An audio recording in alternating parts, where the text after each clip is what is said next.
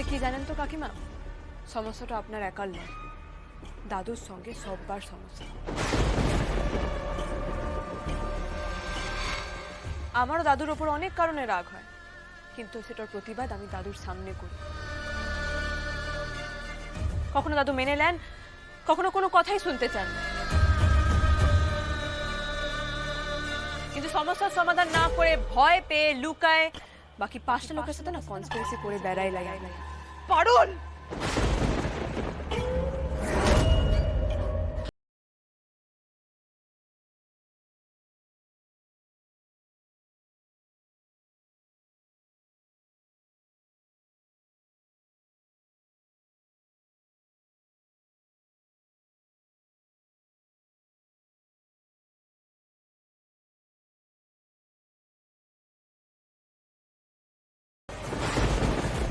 কাকিমা, আপনার যদি এই মনের চোটটা কখনো কম পড়ে না, তখন বরং আমাকে বলতে পারে।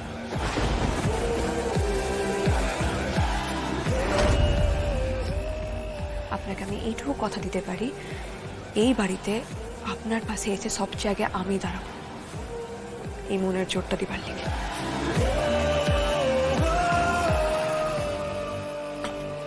হ্যাঁ সিরিঙ্গে, আমি তো চ্যাম্পিয়ন হয়েছি, তো সেই খুশিতে দাদা সবাইকে ট্রিট দিচ্ছে।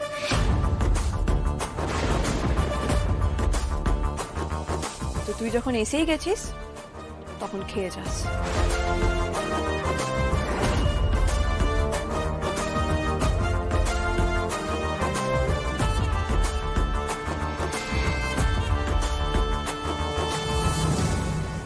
দেখো এই মেয়ের কত বড় সাহস, দেখো